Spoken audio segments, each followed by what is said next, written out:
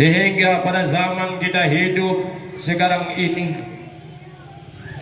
Islam masih indah, iman masih indah, sehingga ada kasih sayang sesama kita. Tidak ada kezaliman dan pengkhianatan dalam hidup dunia ini dan dalam membangun bangsa. Sehingga pada zaman kita hidup sekarang ini, Islam masih indah, iman masih indah, sehingga ada kasih sayang sesama kita. Tidak ada kezaliman dan pengkhianatan dalam hidup dunia ini dan dalam membangun bangsa.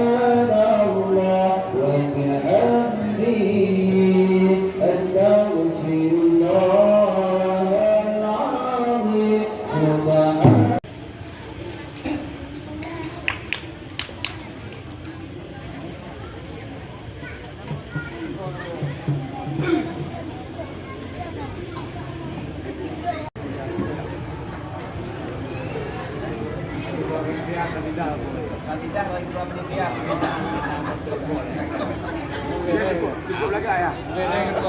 Cukup lagi gua.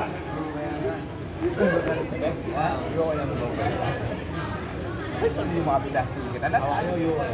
Awalnya yuk. Dua orang. Kan mereka ya.